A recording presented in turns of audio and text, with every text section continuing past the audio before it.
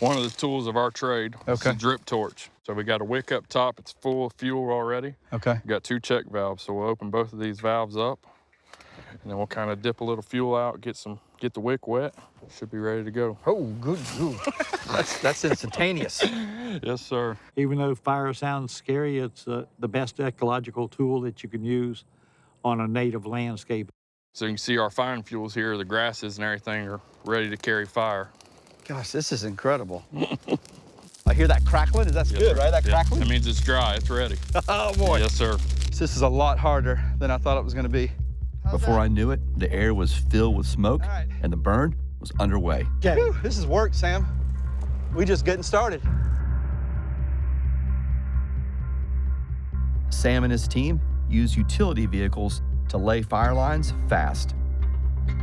Today's strategy is to start a line of fire on 3 sides and let it meet in the middle.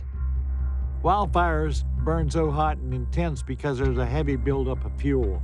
So the more you use prescribed fire, the less chance you have of wildfire.